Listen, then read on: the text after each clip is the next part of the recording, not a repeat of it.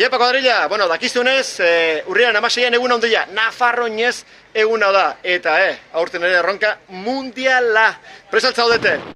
Erronkarako prest gaude, eta zue? Zidako zerrekan sartzeko prest? Erreleboka eritzeko? Bilatu behar diren gauza guztiak aurkitu eta bilatuko aldituzue behar den bezala. Eta garrantzitsuna, laberintora garaiz iritsiko zarete?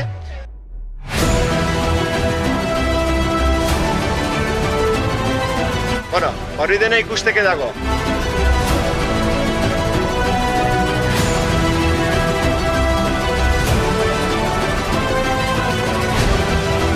Aupa zuek eta aupa Nafarroinez!